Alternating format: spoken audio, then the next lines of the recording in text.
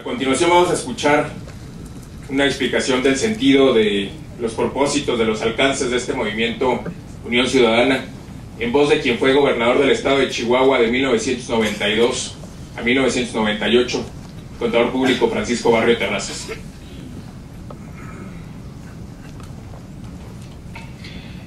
Yo voy a tratar de aportar un poquito sobre la perspectiva que todo esto tiene. Empiezo por reflexionar en que hasta las sociedades más ordenadas y las más transparentes en el mundo llegan a tener casos de corrupción. Pero en países como México, donde el problema es ciertamente más severo, la situación puede tornarse en una amenaza mayúscula para la convivencia, para la vida en sociedad. ¿Cuándo? Cuando esa corrupción se vuelve sistémica, cuando esa corrupción se extiende y se arraiga y se convierte en un elemento constitutivo de todo el aparato público, y cuando llega a alcanzar a una proporción considerable de los ciudadanos. Cuando la corrupción toma esas características, ciertamente se vuelve una amenaza real para la convivencia. Y créanmelo, amigos, créanmelo, eso es lo que hoy en día está aconteciendo en Chihuahua. Si no, déjenme darles un contexto. La OCDE, que por cierto preside un mexicano, acaba de revelar que entre sus 34 miembros, México es el país con el mayor índice de corrupción. O sea, de todos los 34 de la OCDE, somos el país más corrupto. Y en ese ámbito, que ya de suyo es bastante preocupante, el INEGI ha ubicado a Chihuahua como el estado con la mayor incidencia de actos de corrupción en la República. O sea, en el país más corrupto de la OCDE, somos el estado más corrupto. O sea, de toda la OCDE, no hay una región aparentemente más corrupta que esta. Déjenme darles el dato que publicó el INEGI, porque es verdaderamente escalofriante. Si uno lo medita con cuidado, es un dato escalofriante. El dato que da el INEGI es de una tasa, una incidencia de actos de corrupción de 44, fíjense, óiganlo bien, 44,006 casos anuales de corrupción. 44,006 casos anuales, sí, pero por cada 100,000 habitantes. ¿Qué significa en un estado que tiene una población de 3,5 millones de habitantes el tener una tasa de 44,000 actos de corrupción por cada 100,000 habitantes? ¿Qué significa? Pues que tenemos, según la estimación del INEGI, poco más de 1,5 millones de casos de corrupción en el estado, en un año. Piénsenlo tantito lo que eso significa. 1,5 millones de casos de corrupción en el año. Imagínense lo que es eso. Imagínense. Dicho de otra manera, o visto de otra manera, 44,000 casos de cada 100,000 habitantes. Significa casi un caso de corrupción, o un acto de corrupción, por cada 2 habitantes. Y esto incluye desde recién nacidos hasta ancianos, mujeres, hombres, habitantes. 2 por cada 2 habitantes en el estado, de la edad que sea, del sexo que sea, de la condición socioeconómica que sea, por cada 2, un acto de corrupción al año. Oigan, amigos, esto es verdaderamente dramático, dramático, piénsenlo tantito, es de veras de dar escalofrío. Y miren, ya ni siquiera intento hablar de todo lo que se mueve en torno al gobernador. Las compras de ranchos, de propiedades, de negocios, las grandes fiestas, bueno, los excesos así salvajes ante la población día tras día. Bueno, ni siquiera intento detenerme en eso. El desmembramiento que se ha hecho del Poder Judicial y que, bueno, pues es parte de todo esto, la manera como se manipula las universidades, cómo se tiene controlados a los medios a través de los ríos de dinero que se les entrega cada año. Entonces, es lo que bien ha dicho Jaime García Chávez, una situación de corrupción política brutal, tremenda. Y yo les hago una pregunta, amigos. En esas condiciones de corrupción sistémica, ¿qué sociedad podría alcanzar un verdadero desarrollo integral, armónico, equilibrado y sobre todo sostenido? Pues es evidente que ninguna sociedad. No en vano se ha equiparado a la corrupción con el cáncer. Esa es una figura muy común, equiparar a la corrupción con un cáncer o con una gangrena. Enfermedades que carcomen, que van poco a poco debilitando, destruyendo los organismos. Y en este caso, bueno, pues, es ese fenómeno que se va dando con los organismos vivos que son las sociedades. Eso es lo que hoy en día ocurre en nuestro estado. Eso, ni más ni menos. Y miren, ojalá que el daño fuera solamente dinero. Ojalá fueran solamente los millones y millones y millones de pesos que se están embolsando. Ojalá fuera nomás eso. Eso se repone. Pasan unos años y eso se repone. Ojalá el daño se circunscribiera a los años, al tiempo que estos funcionarios públicos deshonestos duran en sus cargos. Pero desgraciadamente no es así. Ni lo uno ni lo otro. Miren, el daño brutal que se hace a la sociedad, la destrucción que se hace de tejido social con este tipo de ilícitos, con este tipo de conductas, y la manera como se va infectando, como se va ensuciando, pervirtiendo nuestra convivencia, es una herencia maldita que nos dejan después de que se van, y puede durar años y años y años después de que ellos se hayan ido, con todos los que ustedes quieran. Y en esa línea, precisamente un primer propósito que este movimiento se ha planteado es lograr que quienes han incurrido en ilícitos paguen por ello, empezando por el gobernador. Por eso estamos exigiendo en Unión Ciudadana que César Duarte deje el cargo, para que las investigaciones puedan realizarse sin ningún tropiezo y que se apliquen las sanciones y los castigos que procedan conforme a la ley.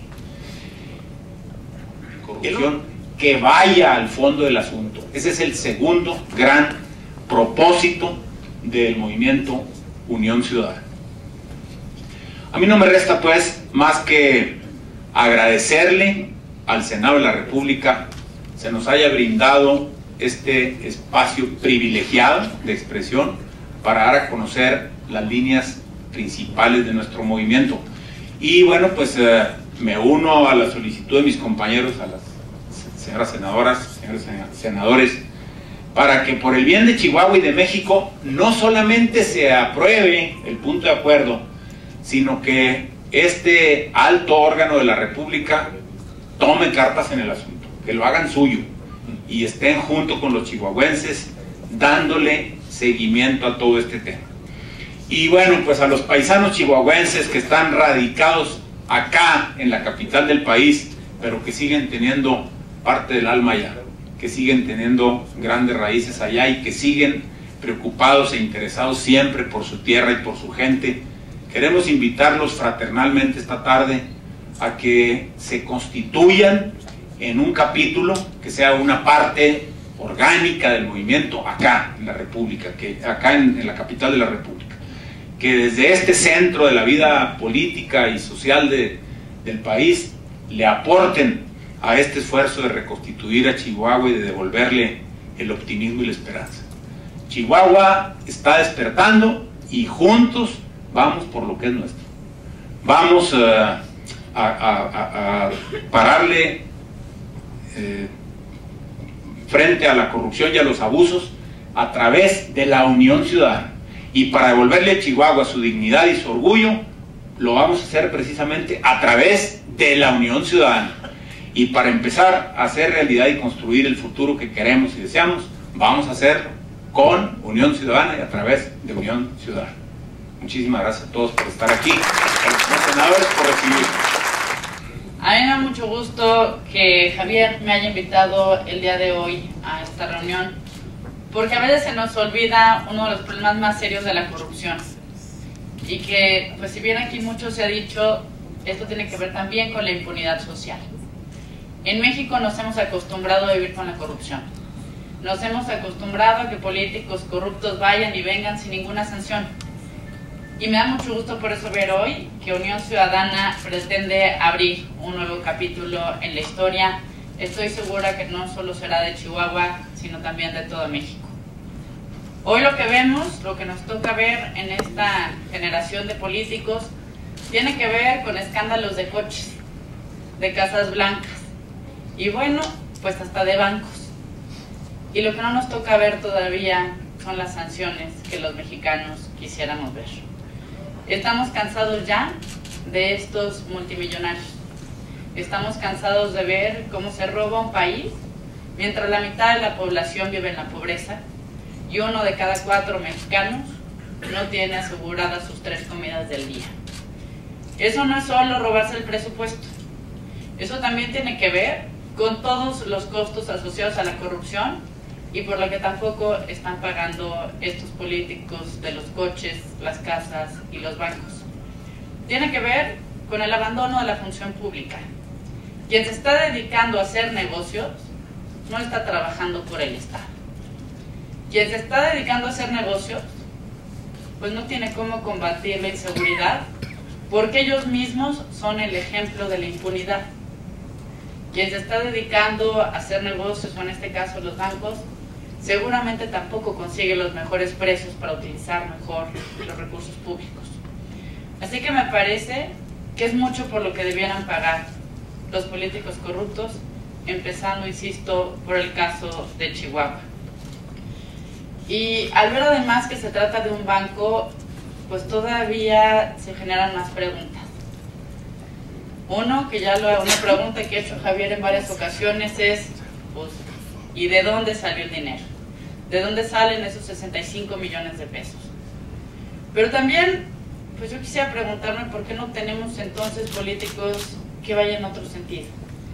Si ya estos políticos tienen tanto dinero como para abrir bancos o comprarse grandes mansiones, ¿por qué no invertir un poco más en hacer escuelas o en un trabajo por los niños y niñas de nuestro país? Yo quisiera, para no extenderme mucho, nada más aquí hacerle un comentario a Víctor sobre lo que mencionaba. Víctor mencionaba sobre los feudos corruptos en los estados. Y sí, lo vemos como, si bien nuestro país tuvo una especie de ola de democratización, también la realidad es que ha tenido esta gran resaca de autoritarismo, de corrupción, y donde hoy vemos que ese feudo corrupto está en riesgo de no solo quedarse en algunos estados, sino realmente tener a todo nuestro país. Es increíble que escándalos van y escándalos vienen, y en nuestro país no pase nada.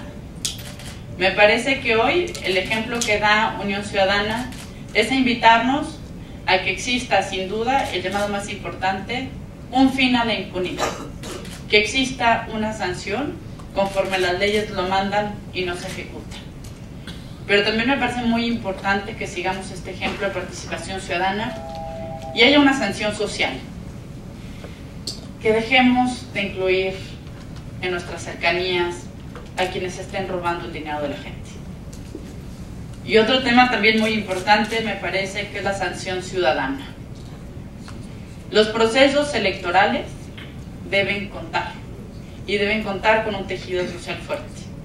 Y una de las premisas más importantes es entender que el político que está actuando de manera deshonesta no solo lo hace con el dinero, sino que realmente está deteriorando nuestra calidad de vida en todas las esferas, insisto, porque ni siquiera será capaz de procurar justicia porque él mismo no la practica.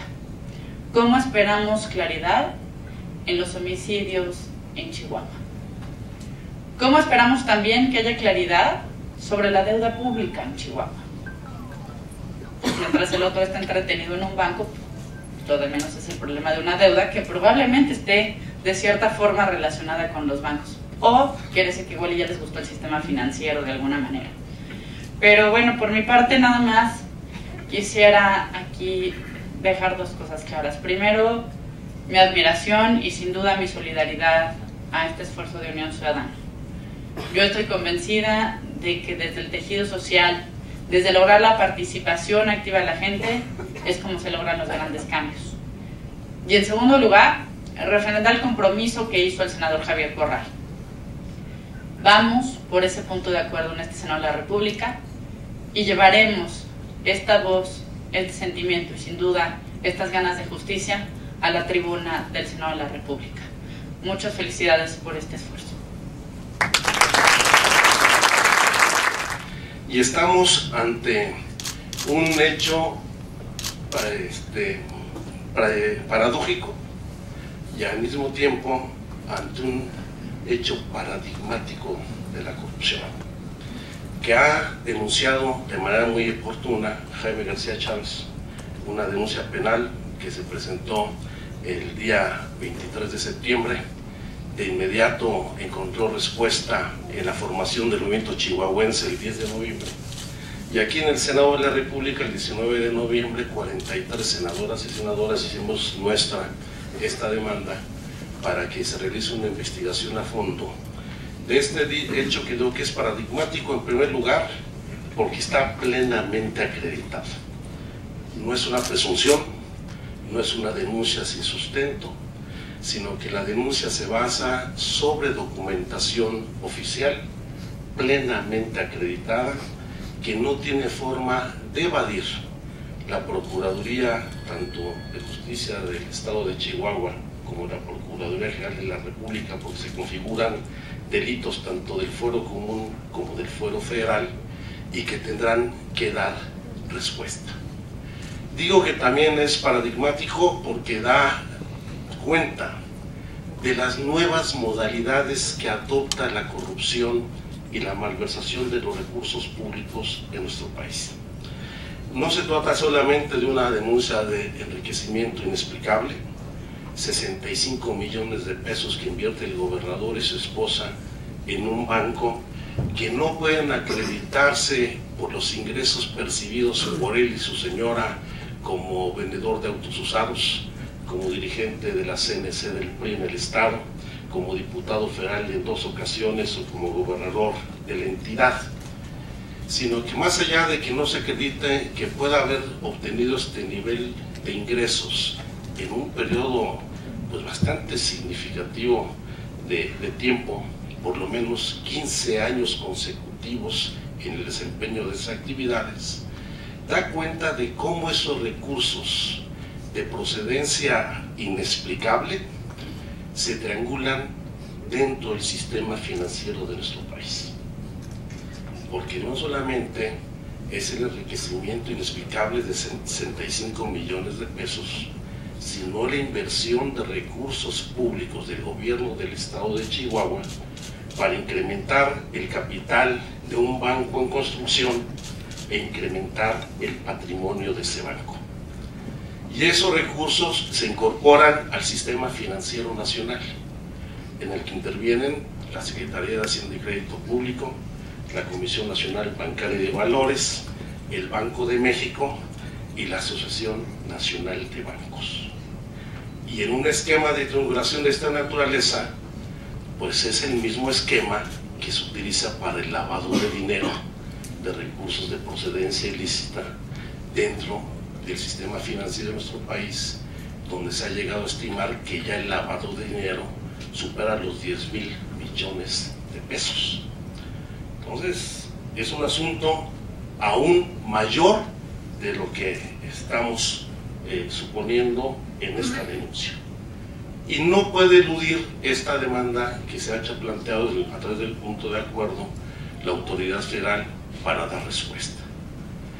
Y decía que también es una situación paradójica, porque el próximo martes aquí en el Senado de la República vamos a iniciar las audiencias para debatir el decálogo que envió el titular del Ejecutivo Federal en materia de seguridad y justicia, donde uno de los temas centrales es la corrupción, y se van a debatir el martes pues temas vinculados con las experiencias locales, el mando único policial estatal, la intervención federal por la infiltración de crimen organizado en los municipios y el sistema de competencias en materia penal.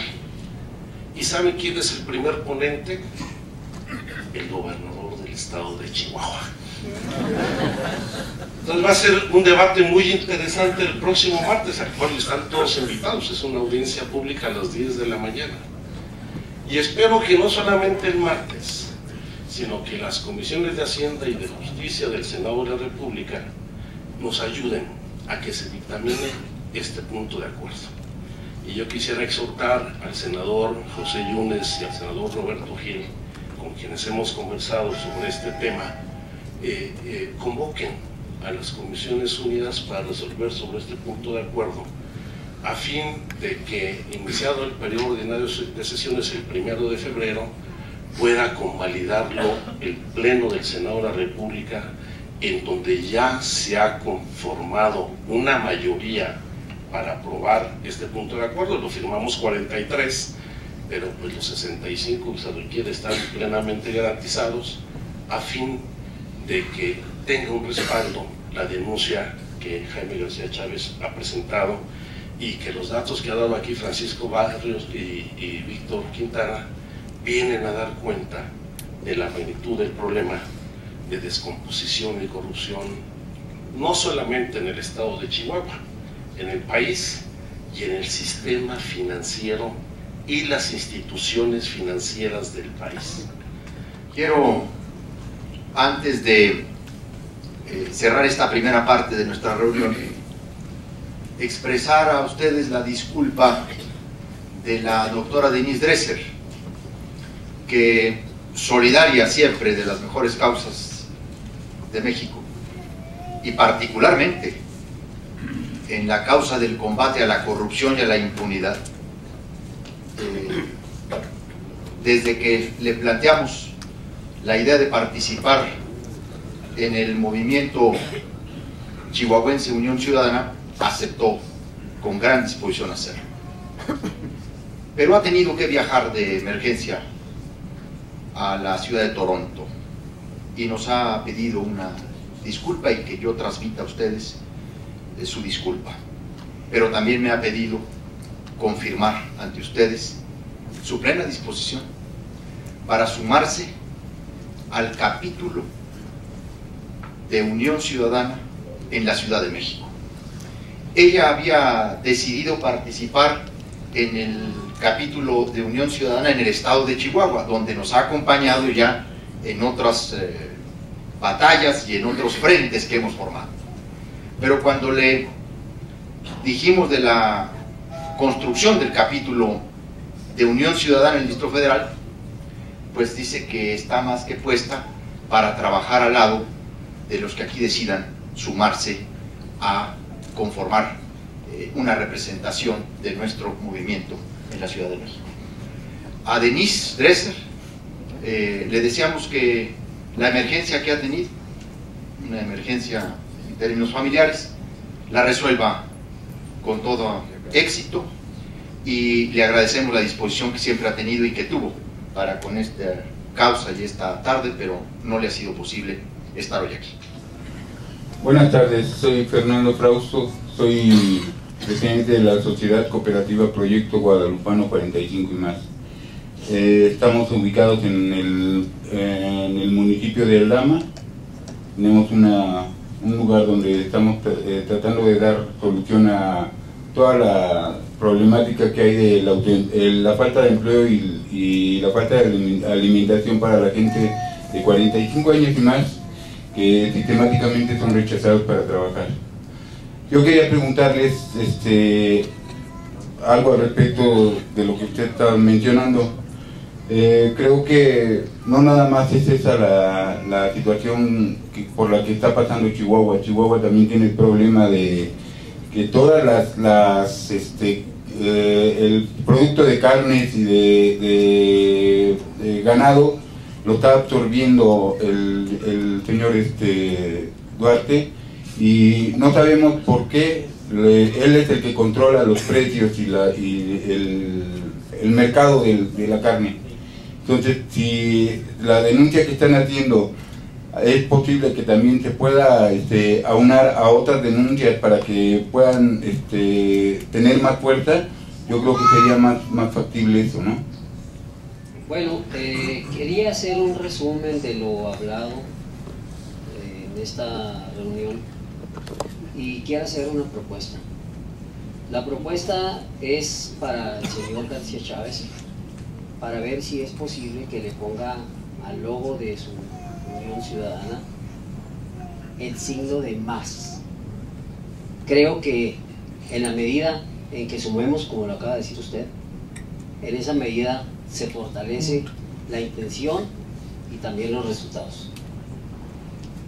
Además de esto, quisiera decir que el señor García Chávez ha cumplido puntualmente con todos los puntos que se pudieran esperar de alguien que inicia un movimiento, que son exhibición, confrontación y denuncia. Toca ahora a las instituciones no solamente reconocer lo que él ha hecho, sino elevarlo a nivel institucional. En la medida en que la exhibición, la confrontación institucional dentro de la ley y la denuncia se vuelvan una realidad, no habrá necesidad de grandes personajes, ni fuera ni dentro de Unión Ciudadana. Nos tendríamos que atener a la confrontación. La historia está llena de confrontaciones. Solamente quiero mencionar una. Estoy seguro que si el senador Belisario Domínguez hubiera esperado por un acuerdo de la Procuraduría General de la República de aquel tiempo, todavía estuviera esperando. Tal vez se hubiera salvado, pero como hubo confrontación, la confrontación trajo un resultado. Aquí se necesita confrontación institucional. El Senado haciendo su parte, la Cámara de Diputados, y entre los poderes se haga sentir esa confrontación, porque de lo contrario, si nadie atiende a esa confrontación, entonces vendrá la continua denuncia hasta que los resultados buscados sean una realidad. Quiero aquí comprometerme frente a todos para formar parte del capítulo Unión Ciudadana del Distrito Federal, para unirme a los trabajos y apoyar y quitar del poder a este tirano, César Duarte, que tiene postrado al Estado de Chihuahua ante sus pies y comprados los medios, corrompida totalmente la sociedad, y pues ya basta por el pueblo de Chihuahua y por el pueblo de México. Gracias. Quiero nada más reforzar un poquito la información con un dato curioso. El gobernador dice que trabajó mucho y fue líder en la venta de automóviles usados durante muchos años, y tuvo su lote, así les llamamos en Ciudad Juárez, su lote de carros usados, en donde si hubiera vendido todos sus carros, todos los días la misma cantidad de carros, hubiera necesitado 135 años de venta de carros usados antes de que hubiera carros en el mundo para llegar a juntar 65 millones. Quisiera saber en qué situación se encuentra la demanda y bajo qué es lo que se le imputa, cuál es el cargo que se le imputa exactamente. Y mi pregunta, antes que nada, primeramente felicitar al señor García Chávez por su valentía en acudir ante la instancia correspondiente a denunciar a un tirano, en este caso a César Duarte. Y más que nada mi pregunta va dirigida no nomás en el sentido de esta persona, sino que en el sentido de muchos funcionarios que forman parte del gobierno de Chihuahua, que también están haciendo actos ilícitos que tienen que ver con delitos, que se tipifican como delitos. En este sentido va encaminada la pregunta respecto a estas personas, ¿cuál es su postura relacionada con las personas que forman parte del gabinete y no nada más el único gobierno, en este caso como es la cabeza, que es César Duarte, señor García Chávez? Gracias. Miren, históricamente en nuestro estado la exportación de ganado ha sido un tema que ha estado muy controlado a través de los permisos de exportación.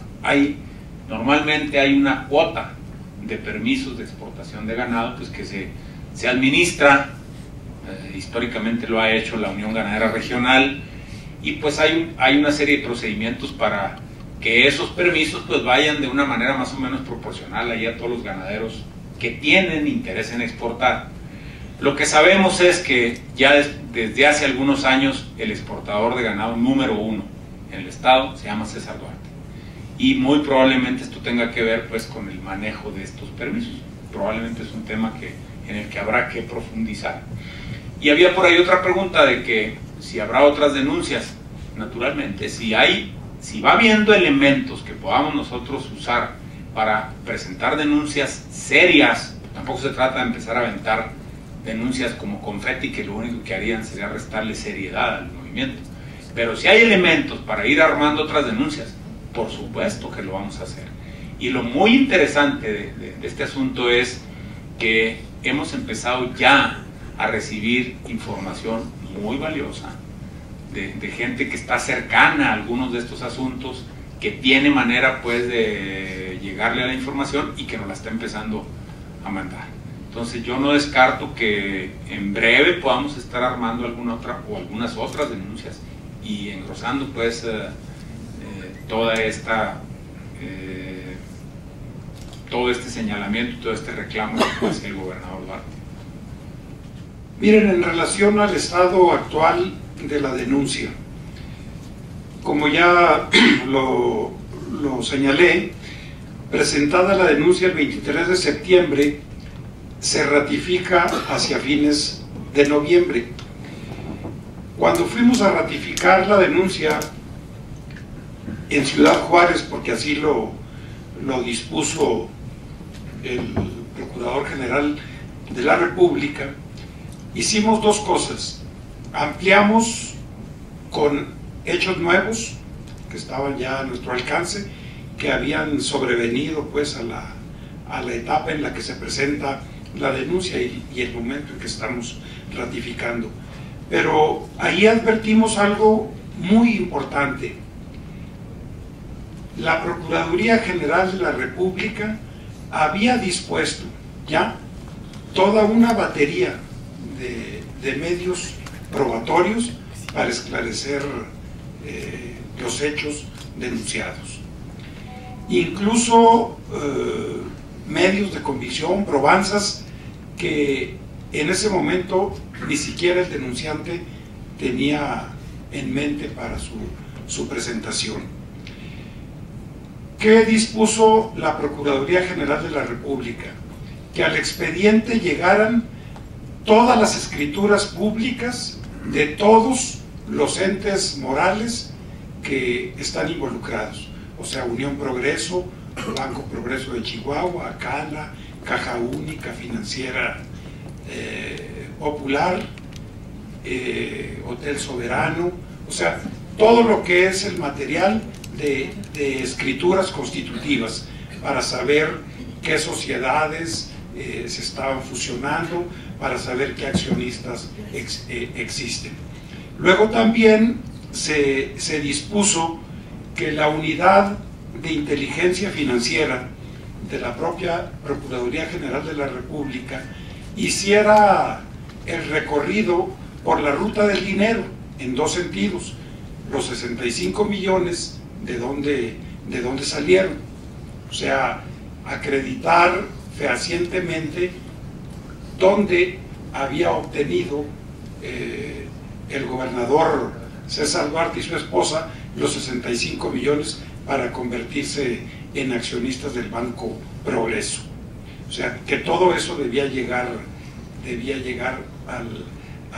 al expediente. O sea, una batería muy amplia que a mí me dio la impresión de que había voluntad en ese expediente de llegar al fondo. Porque de los 20, no voy a abundar en todo, de los alrededor de 20 dispositivos que se establecieron, pues prácticamente se llegaría al esclarecimiento de la verdad, fuera cual fuera. O sea, favorable a la interposición de la denuncia o desfavorable. En ese momento ofrecimos algo que nos parecía fundamental, que son las declaraciones patrimoniales que César Duarte, como funcionario público, se vio obligado a presentar cuando menos a lo largo de 12 a 16 años. Fue en 2 ocasiones diputado federal, en una ocasión diputado local, y llevaba 4 años de gobernador del estado. Esa sería el documento en el cual César Duarte narraría su historia económica desde 1996, 97 hasta este momento. Esto se admitió, se giraron todos los oficios a registros públicos, notarías, bancos, Comisión Nacional Bancaria y de Valores, para generar toda esta masa de información. En el entendido de que en un momento dado la Procuraduría haría un acto en el camino y resolvería una de 3 cosas que no ha sucedido hasta este momento: ejercer la acción penal, archivar el asunto o decretarlo en reserva. Ahí estamos.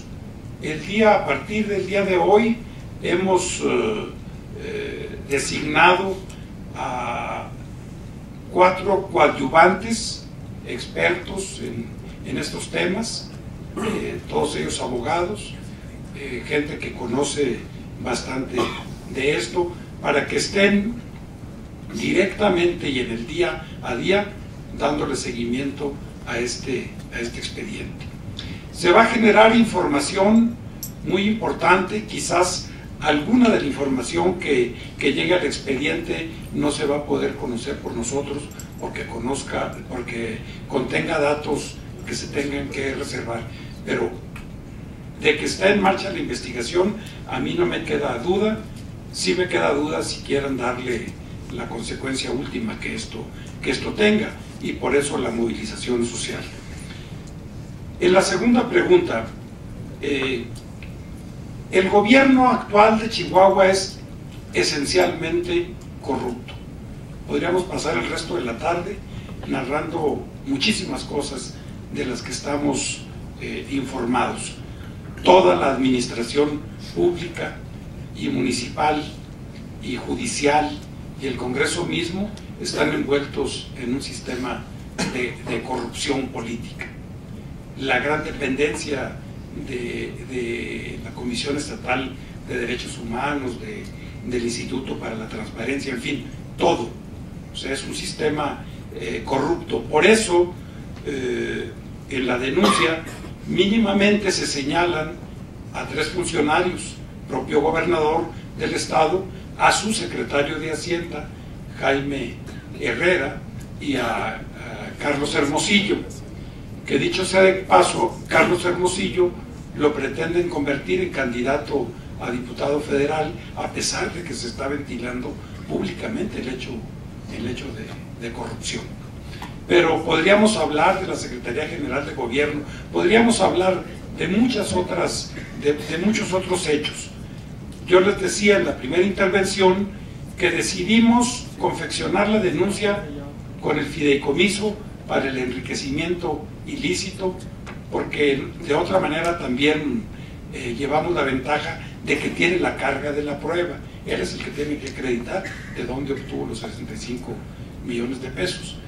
Pero lo hicimos porque esto era demostrable y además se convertiría como en una especie de referente para explicar todo el fenómeno de la corrupción política. Y no es casual que nuestra denuncia esté precedida en su contenido propiamente jurídico con una frase del jurista italiano Luigi Ferrajoli, donde habla de ese Estado esquizofrénico. En la fachada del Estado, pues la Constitución, los poderes, la teoría, y en la realidad, atrás de esta fachada, pues una pandilla que se ha apoderado de las instituciones para lucrar y enriquecerse a través de los mecanismos de la corrupción política. El asunto es grave, de fondo, lo ejemplifica el hecho del fideicomiso para apoderarse de un banco, pero podríamos abundar en muchos otros casos que como bien se ha dicho aquí, pues la corrupción tiene dimensiones grandes. Ustedes saben que la corrupción, algunos estudiosos la han clasificado en negra, gris y blanca. La blanca, el que soborna a un agente de tránsito; la negra, como el Fobaproa; pero la gris es esa corrupción que se hace en el contacto con los empresarios, con los proveedores, con la licitación, que se hace todos los días, y que en criterio de los que han examinado la corrupción política es la que más daño le hace a un sistema democrático, porque lo deteriora día a día, lo va aniquilando día a día, y a eso le queremos poner el nombre de fideicomiso para apoderarse de un banco. A eso le queremos poner el nombre de tráfico de influencia, cuando el director del mismo banco se convierte en el secretario de Hacienda, y como secretario de Hacienda empieza a hacer depósitos que superan la dimensión de un presupuesto del estado de Chihuahua por todo un año. Esto ya rebasa con mucho, y por eso hablamos de ese estado esquizofrénico, porque Duarte quiere, y con esto termino, que le creamos que él firmó un fideicomiso por 65 millones de pesos sin haberlo leído, y además da como criterio de verdad que él es muy macho y que se le debe creer porque es muy macho. Gracias. Agradezco desde luego la hospitalidad aquí en el Senado de la República, y comentar que desafortunadamente, bueno, existen indicadores que nos colocan en vergonzosos lugares al estado de Chihuahua, como por ejemplo el tercer lugar de endeudamiento, que con los 3,000 millones de pesos adicionales que acaba de otorgar el Congreso con mayoría priista hace 30 días para colocar una deuda de 45,000 millones de pesos en Chihuahua, pues del tercer lugar creo que ya vamos a ocupar el primerísimo lugar en el país.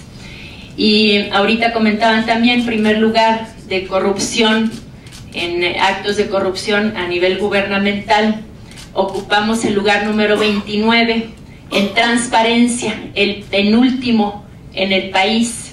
Y bueno, pues estos son indicadores, datos que da directamente el INEGI. El presidente Peña Nieto acaba de estar en Ciudad Juárez antier y comentó que él, donde podía, presumía a Chihuahua. Entonces los chihuahuenses nos preguntamos y dijimos, ¿cómo estará lo demás? La verdad es que es preocupante. Sí, comentar también que en la Cámara de Diputados existe un punto de acuerdo muy robusto que metimos el diputado Angulo y una servidora.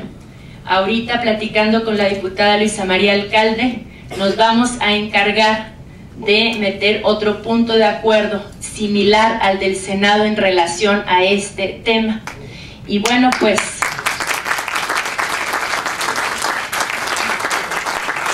por último, mencionar que es importante lo que mencionó ahorita Jaime García Chávez.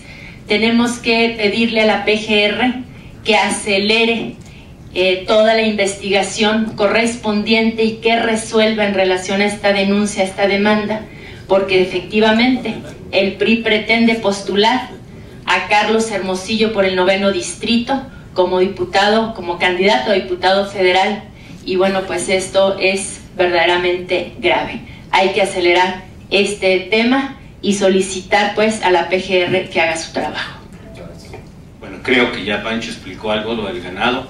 Nada más quiero decirles, la Unión Ganadera División del Norte, que es el principal organismo exportador fundado por César Duarte, tiene el mismo domicilio, Periférico de la Juventud 8725 en la ciudad de Chihuahua, que la gran empresa proveedora de medicamentos para el sistema de salud del estado de Chihuahua, y para un organismo que se crea, que hace la patente ante el Instituto Mexicano de la Propiedad Intelectual de la frase de Duarte, que el cielo bendiga a Chihuahua. Las tres cosas tienen el mismo domicilio, Periférico de la Juventud 8725. La Unión Ganadera, la empresa proveedora de medicamentos, y quien registró la frase que el cielo bendiga a Chihuahua. Esperemos que no vayan a registrar la frase que se investiga a Duarte, porque entonces sí, lo haríamos millonario. Bien. Y nada más, Pancho decía una cosa que creo que es muy importante, no nomás es cuestión del dinero. Chihuahua es el antepenúltimo lugar en el índice de desarrollo democrático de la Coparmex y la Fundación Konrad Adenauer. Éramos el primer lugar en asesinatos del país, teníamos 160 asesinatos en 2010 por cada 100,000 habitantes.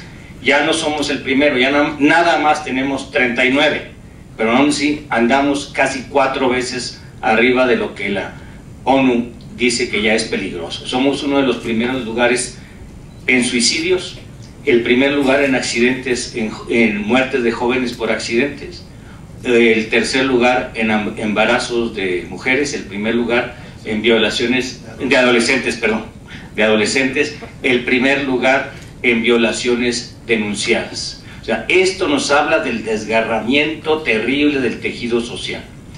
Se están difundiendo últimamente que Chihuahua es líder nacional en creación de empleos. Sí, pero hay que ver qué tipo de empleos. Tenemos los salarios más bajos de la frontera y esto indudablemente está jalando mucha industria maquiladora sin que haya la inversión de gobierno en desarrollo social correspondiente para amortiguar los efectos desestabilizadores del crecimiento vertiginoso de las maquiladoras.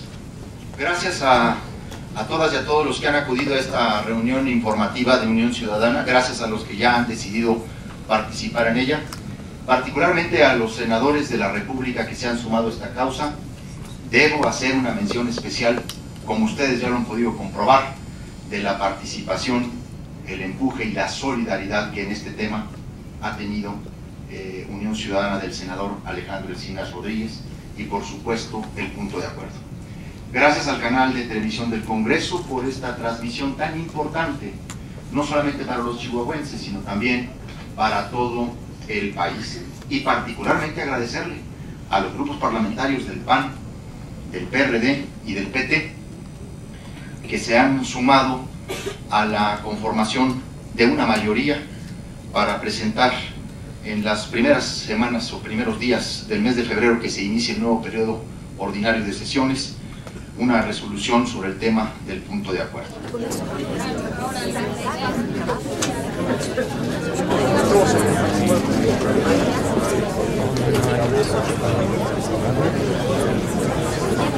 No,